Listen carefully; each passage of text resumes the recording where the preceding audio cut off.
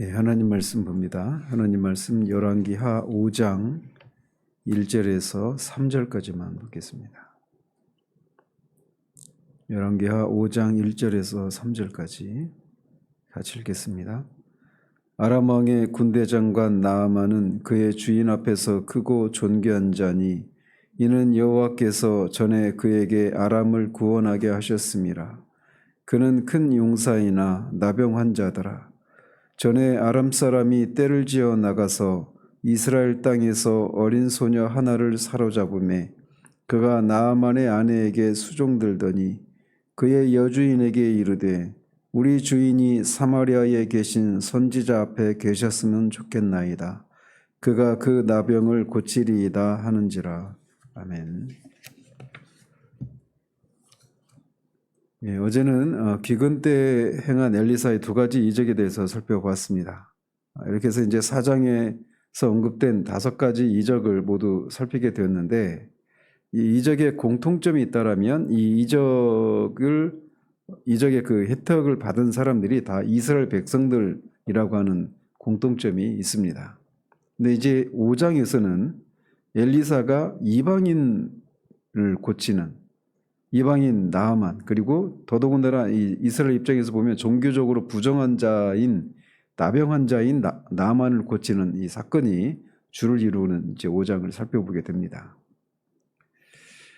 엘리사의 사역이 이처럼 이방인의 병을 치유하는 데까지 미쳤다는 사실, 그리고 그 과정을 통해서 나아만이 하나님만 참 하나님이시라고 하는 이런 거를 깨닫게 되는 이런 것을 통해서 이제 하나님이 이스라엘의 하나님이실 뿐만 아니라 이방인의 하나님이 되신다라고 하는 것을 명확하게 드러내주는 사건이라고 할 수가 있습니다. 즉 하나님께서는 인류를 구속하시기 위한 이 구속의 역사의 주역으로 이스라엘 백성이라고 하는 백성을 선택하셨지만 이는 그 전 인류를 구속하기 위한 하나의 방편이었을 뿐이라고 하는 것을 보여주고 있는 겁니다. 그래서 이 구약 시대에도 하나님의 백성이 택한 백성이 이스라엘이 아니더라도 하나님의 자비를 구하며 나오는 이방인에게도 하나님의 그런 풍성한 자비를 차고 넘치도록 부어주신다라고 하는 것을 이 사건을 통해서 보여주면서 장차 하나님이 이렇게 아브라함의 후손을 통해서 모든 민족이 큰 복을 누리게 될 것이다 라고 하는 이 약속이 이런 식으로 이제 실현될 것이라고 하는 것을 미리 이제 보여주고 있는 사건이 이 5장이라고 할 수가 있습니다.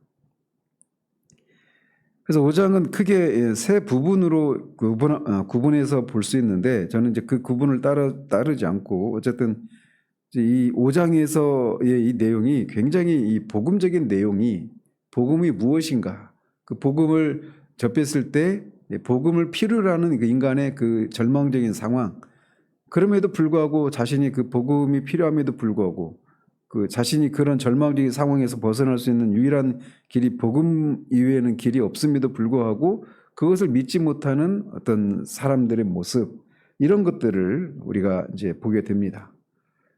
그리고 또 그것을 또 이제 나중에 이제 게하시가 또 그 나아만을 속여서 그 선물을 일종의 빼앗는 거죠. 그 선물을 취하는 이런 과정을 통해서도 그 하나님의 것으로 자기의 이 배를 배불리려고 하는 이런 탐욕스러운 사람의 어떤 전형, 이런 것들도 이 5장에서 우리가 살펴보게 됩니다. 그래서 먼저는 이제 그 몇 가지 중요한 그런 인물들이 등장을 하죠. 여기서 이제 그래서 나아만이 있고 이 어린 소녀가 있고, 오늘 이제 두 인물에 대해서 한번 살펴봅니다. 그리고 아람 왕도 있고 이스라엘의 왕도 있고 선지자 엘리사도 있고 그리고 게하시도 등장하고, 이게 7명의 인물이 5장에 등장하는 주요 인물입니다. 근데 그 각각의 인물들이 이제 얽히고 설키는 이런 과정들을 통해서 방금 말씀드린 그런 내용들이 이제 전개가 되는 겁니다. 그 가운데 1절은 5장 전체에 있어서 핵심 인물 중에 하나인 나아만이라고 하는 인물이 어떤 인물인가를 소개하고 있습니다.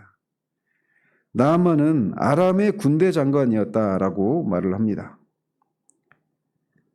당시 아람의 왕은 누구였냐면 누구로 추정되느냐면 앞에 우리가 열왕기 상을 살필 때 이렇게 봤던 것처럼 아합 왕 때 북이스라엘의 왕인 지금 이때의 지금 5장에서 활동하고 있는 이 당시에 이스라엘의 왕은 여호람입니다.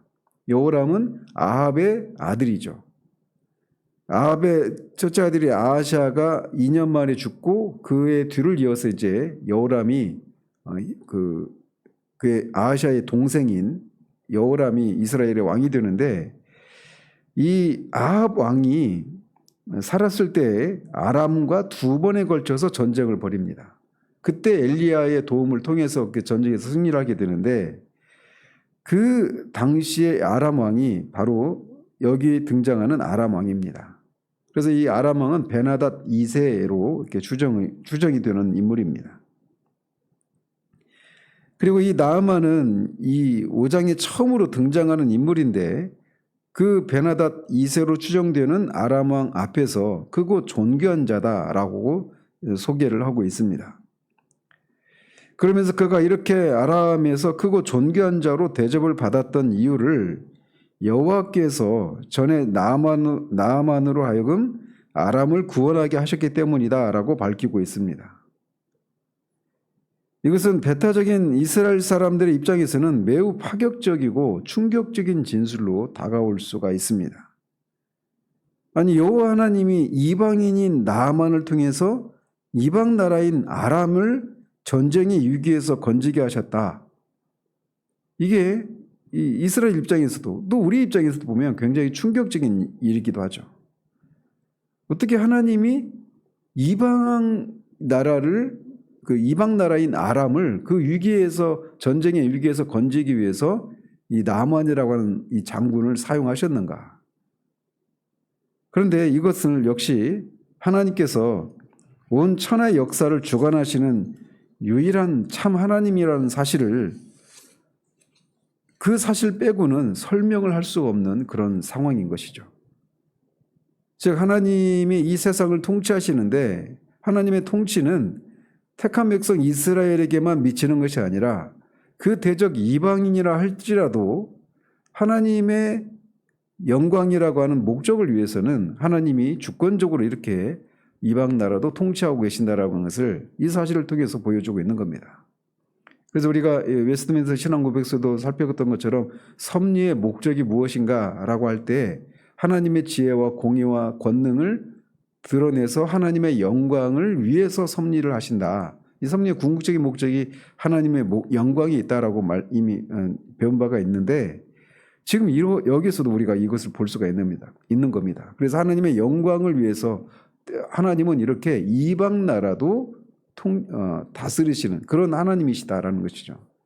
이건 나중에 이제 바벨론의 왕이었던 느부갓네살, 이스라엘을 멸망시키는 그런 수단으로 사용되었던 느부갓네살 왕도 하나님이 그렇게 사용하셔서 그에게 왕권을 주시기도 하시고 왕권에서 내리기도 하시고 이런 일을 하시죠.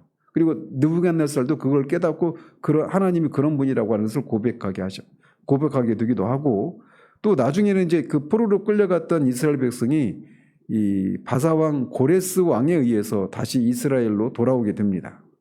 그 고레스 왕을 하나님은 나의 종이라고 부르기까지 하셔요. 그래서 이런 사실들뿐만 아니라 나중에 우리가 선지서를 보면 이스라엘 주변에 있는 나라들의 운명에 대해서 하나님이 예언을 하지 않습니까?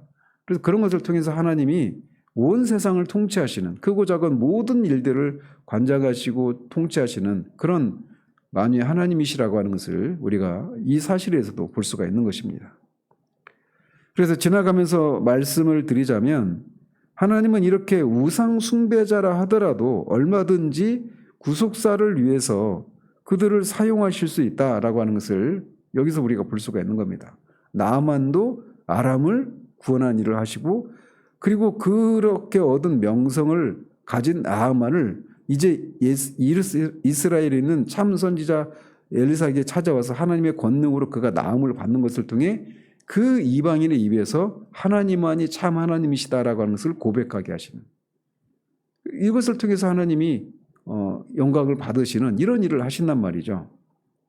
따라서 어떤 사람이 하나님께 쓰임을 받았다라고 해서 그 사람 자체가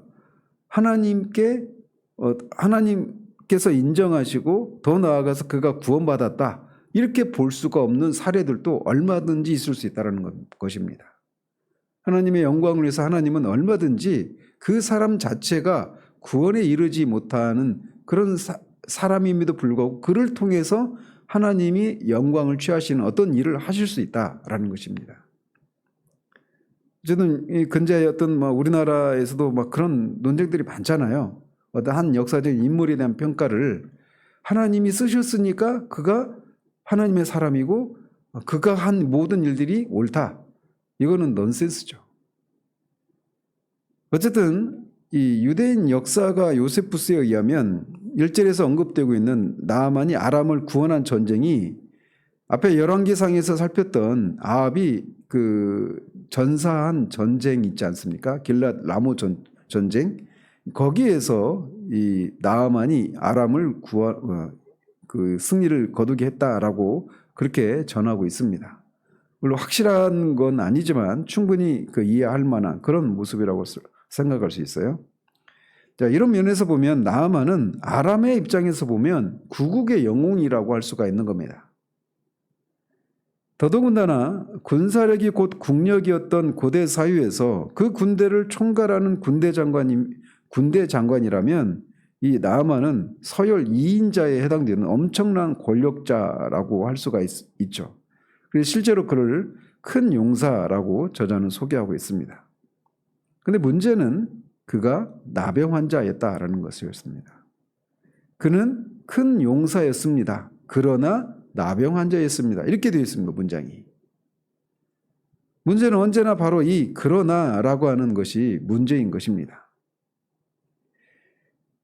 뒤에서 이제 그가 이 병 치료를 받기 위해서 이제 이스라엘을 향할 때 선물을 가지고 가는데 그가 가져가는 것이 은 10달란트와 금 6,000개, 의복 10벌이라고 말을 하고 있습니다.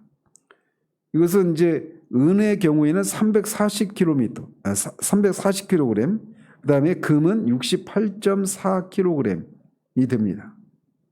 그래서 제가 어제자 이 시세로 계산을 해보니까 대략 65억 정도 되는 그런 가치가 있는 그 금과 은이었어요.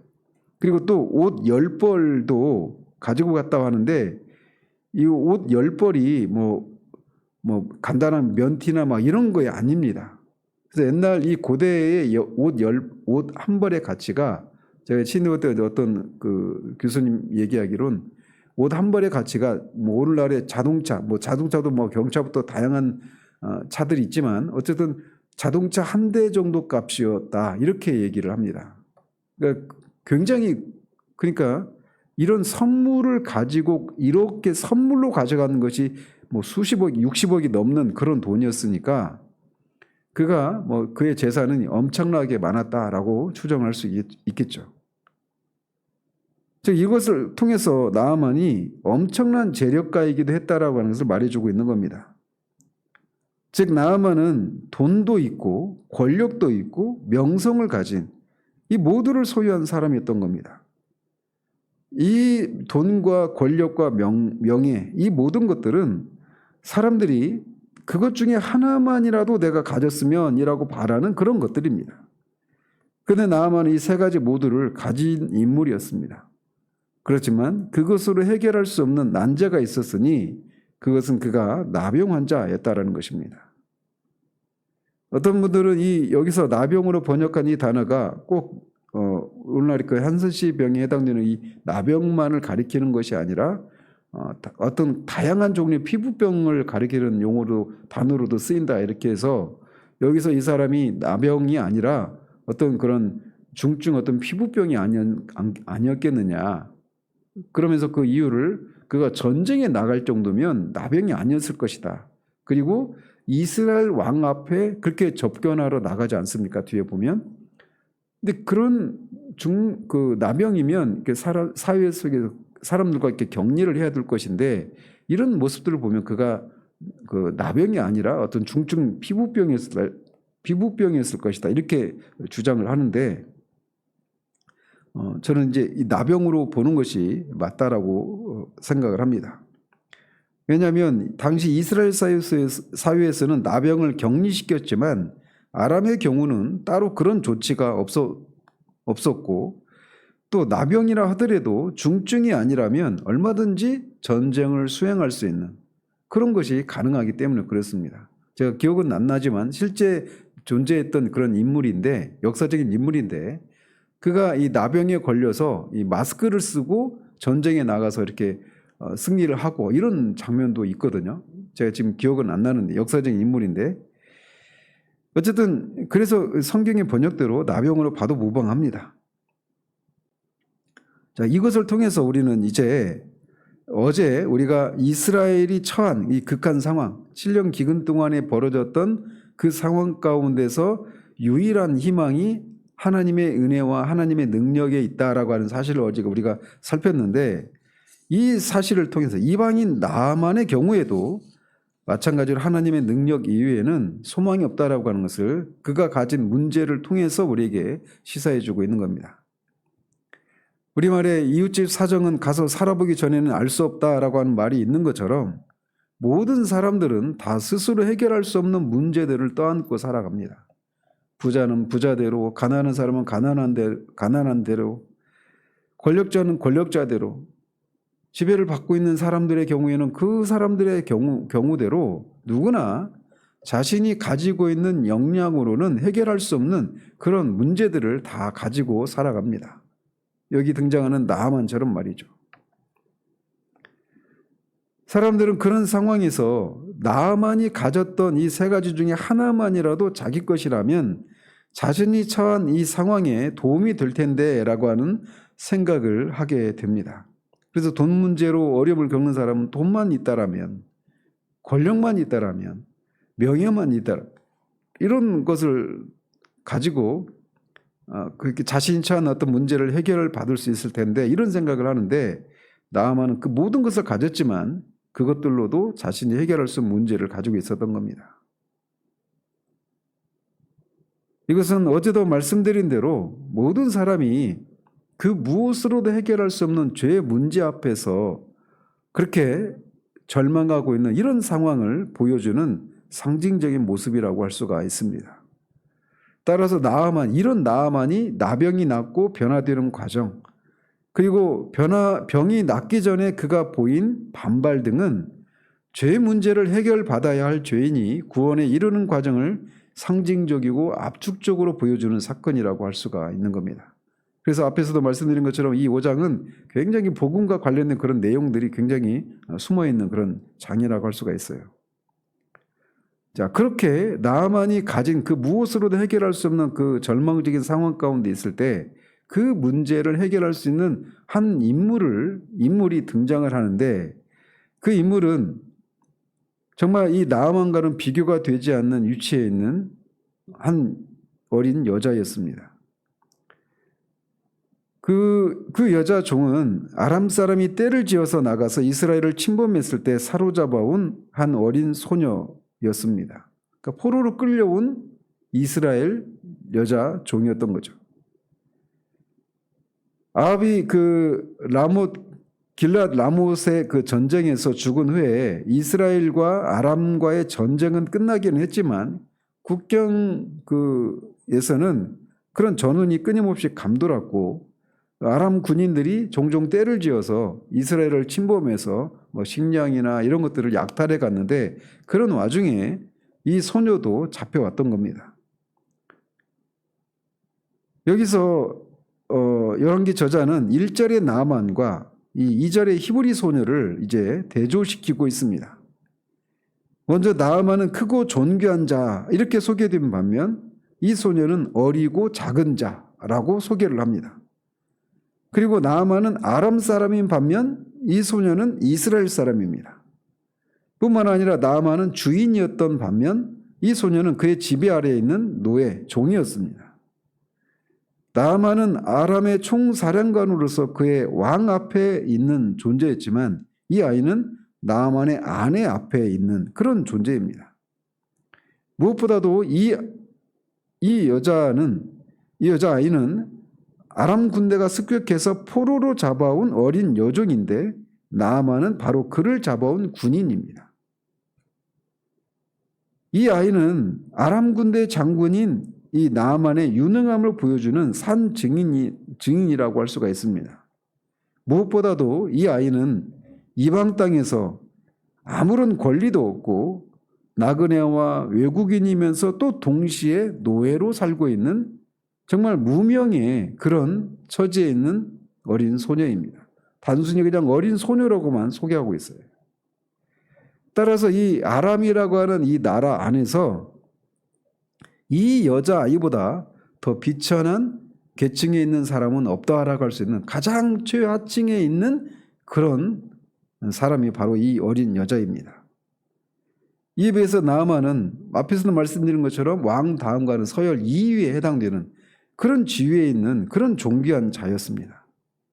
그런데 이렇게 모든 조건이나 상황을 비교할 때 도무지 나아만과 이 여자가 같은 선상에 설 수 없는, 같은 위치에 설 수 없는 그런 상황임에도 불구하고 나아만이 해결할 수 없는 그 문제를 해결할 수 있는 존재로 이 여자아이가 등장을 하게 되는 겁니다.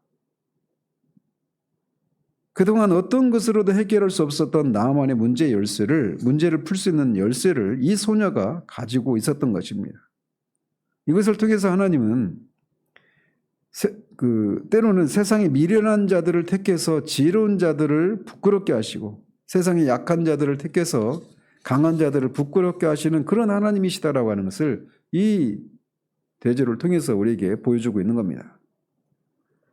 그리고 이런 상황을 통해서 저자는 의도했든 의도하지 않았든 간에 당시 북이스라엘과 아람과의 관계를 이 나아만과 이 여자아이를 통해서 상징적으로 보여주고 있기도 합니다.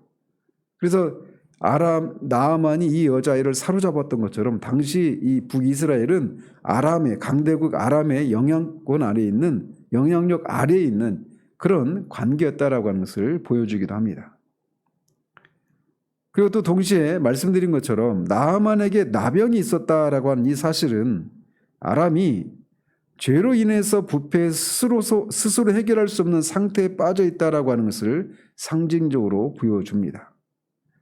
따라서 아람의 이 죄 문제에 대한 해결은 이스라엘의 선지자로 대변되는 하나님의 은혜를 찾아 떠나는 길만이 유일한 방법이라고 하는 것을 상징적으로 암시해주고 있는 장면이기도 합니다.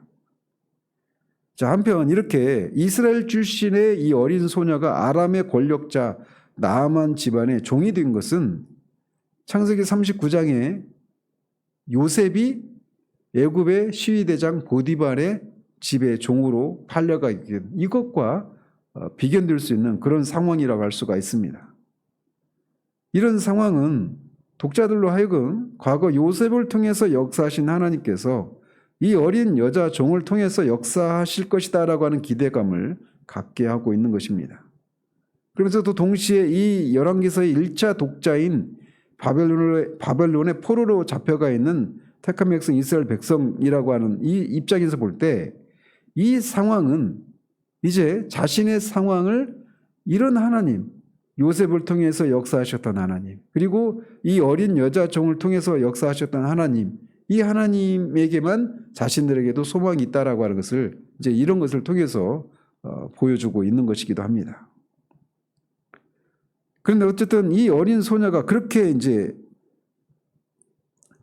나아만의 집에 끌려왔는데 이 소녀가 그의 여주인에게 우리 주인이 사마리아에 계신 선지자 앞에 계셨으면 좋겠다며 그가 그 선지자가 나병을 고칠 것이다 이렇게 말을 전합니다.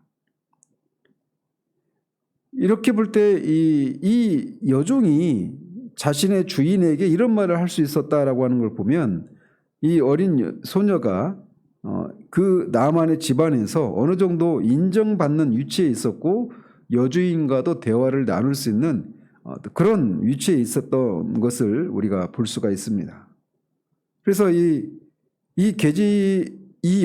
어린 여자 종이 이렇게 타국 출신이었음에도 불구하고 그 타국에서도 여호와 신앙을 지키면서 성실하게 살아감으로써 주인에게 신임을 얻었던 것으로 우리가 추정을 할 수가 있습니다. 즉 이 작은 여종은, 어린 여종은 이스라엘에 있을 때 하나님의 사람 엘리사의 소문을 들었던 사람이었다, 이렇게 볼 수가 있는 것이죠. 그리고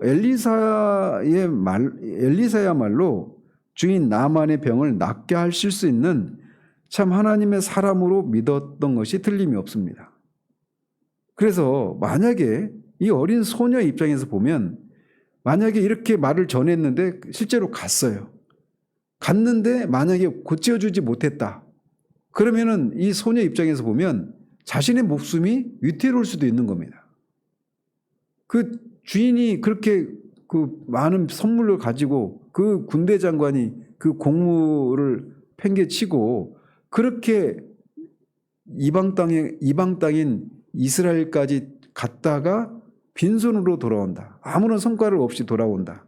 이거는 이 어린 소녀 입장에서 보면은 굉장히 위험한, 그런 위험을 초래할 수 있는 그런 말이었던 거예요. 그런데도 이 소녀가 그 선지자에 가면 주인의 병이 나을 것이다라고 하는 확신 가운데 이 말을 전하고 있는 겁니다. 그래서 이 어린 소녀도 이렇게 포로로 끌려와 있는 상황임에도 불구하고 이 어린 소녀가 엘리사를 통해 역사하시는 하나님의 능력을 신뢰했고, 또 엘리사를 참 하나님의 사람으로 인식을 하고 믿었다라고 하는, 그리고 여호와 하나님에 대한 신앙이 있었던 인물이었다라고 하는 것을 우리가 볼 수가 있는 겁니다. 이것도 한번 생각을 해보십시오. 당시 상황이 영적으로 여호와 신앙에 대한 암흑기였단 말이죠. 그런 상황에서 이 무명의 어린 소녀가 여호와 하나님에 대한 신앙, 그리고 여호와 하나님의 선지자 엘리사를 통해 하나님이 일하실 것이다라고 하는 이런 확신, 이런 믿음, 그런 믿음을 가지고 실패로 끝나면 자신의 목숨이 위태로울 수도 있는데도 불구하고 그렇게 분명히 고칠 것이라는 확신을 가지고 이 말을 전했다라고 하는, 이것을 통해서 이름이 알려져 있지 않지만 이 어린 소녀의 신앙이 결코 작은 신앙이 아니라고 하는 것을 보여주고 있는 겁니다. 그래서 어제도 그 기근 동안에 무명의 그 사람이 보리떡 20개를 가져왔던 이 사람도 엘리야를 통해서 하나님이 말씀하셨던 7,000명 중에 한 명이었을 것이다, 이렇게 추정할 수 있는 것처럼 이 어린 소녀도 그 당시에 그런 사람 중에 한 명이었다라고 우리가 추정할 수 있는 거예요. 그리고 그런 사람을 통해서 하나님이 하나님의 일을 하시는 것입니다. 여차면 이제 계속 이제 이 소녀를 통해서 어떻게 사건이 전개되는지를 이제 내일과 모레 이제 또 이틀 정도 더 살펴볼 것 같은데, 이것을 통해서 우리가 이제 교훈 받는 것은 앞에서도 말씀드린 것처럼 하나님은 정말 이렇게 미련한 자를 통해서 지혜로운 자들을 부끄럽게 하시고, 연약한 자를 통해서, 약한 자를 통해서 강한 자를 부끄럽게 하시는 그런 하나님이신 것을 우리가 기억할 필요가 있어요. 오늘날 우리는 하나님이 쓰시려면 우리가 어떤 지위에 오르고 많은 배움을 가져야 되고 어떤 많은 그런 능력을 가져야 되는 어떤 그런 것들에 우리가 초점을 두고 완전히 그런 것들에 초점을 두는 잘못된 그런 생각들을 가지고 있는 시대인데, 하나님은 결코 그렇지 않다라는 겁니다. 우리에게는 알려져 있지 않지만 하나님은 그 암흑의 시기에 하나님을 향한 이런 믿음을 가진 이 무명의 소녀를 통해서 정말 이 놀라운 일들을 하시는 거예요. 그리고 또 하나 더 덧붙이자면 이 소녀가 이렇게 그 암흑의 시기에 여호와 하나님을 향한 신앙을 가졌던 그런 소녀였는데, 이 소녀가 포로로 끌려가는 고난을 당한다라는 겁니다. 그러니까 하나님을 믿으면 뭔가 어떤 순탄하고 모든 것이 잘 되어야 될 것 같은데 이 소녀가 포로로 끌려가게 되는 이런 상황 가운데 처할 수도 있다는 거예요. 그래서 이 하나하나의 등장인물들, 사건의 전개 상황들을 보면 우리가 이렇게 발견할 수 있는 그런 복음의 그런 보화들이 굉장히 많이 들어있는 장이 5장입니다.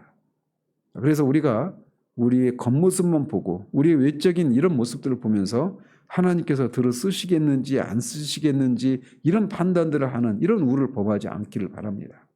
그리고 우리가 어떤 상황 가운데든지 이렇게 하나님이 그럼 우리를 통해서 얼마든지 일하실 수 있다라고 하는 것을 기억하면서 오늘도 우리가 만나는 그런 있는 그 자리에서 우리가 해야 될 일들을 통해서 하나님이 역사하시기를 소망하며 그렇게 이 하루를 살아가기를 바랍니다. 기도하겠습니다. 하나님 아버지, 도무지 비교할 수 없는 이 나아만과 어린 소녀를 통해서 하나님이 미련한 줄을 들어서 지혜로운 자들을 부끄럽게 하시고 약한 자를 통해 강한 자를 부끄럽게 하시는, 얼마든지 미련하고 약한 자를 통해서도 하나님이 일하시는 하나님이심을 우리가 살펴보게 됩니다. 나만이 가진 돈과 권력과 명예로도 해결할 수 없는 나병이라고 하는 문제를 가졌던 것처럼 인간도 정말 인간이 가진 그 어떤 것으로도 해결할 수 없는 영적인 나병인 죄 문제를 가지고 있어서 그 죄 문제를, 이 나병의 문제를 그가 어떤 것으로 해결할 수 없어 이스라엘의 참 하나님을 통해 그 문제를 해결함 받는 것처럼 영적인 나병인 죄 문제를 우리가 해결할 수 있는 유일한 길이 하나님의 아들 예수 그리스도께서 십자가에서 이루신 그 복음 일을 통해서, 그 일을 믿는 것을 통해서만 우리가 그 문제를 해결받을 수 있다는 것을 보게 됩니다. 그 일을 위해서 하나님이 이 무명의 어린 소녀를 사용하신 것처럼 우리도, 이 무명의 우리들도 하나님이 누군가의 그 영적인 나병의 문제를 해결하기 위해서 우리를 사용하시기를 기대하며 오늘도 만나는 사람들에게 말로, 삶으로 복음을 증거하는 우리들 될 수 있도록 도우시기를 원합니다. 예수 그리스도의 이름으로 기도합니다. 아멘.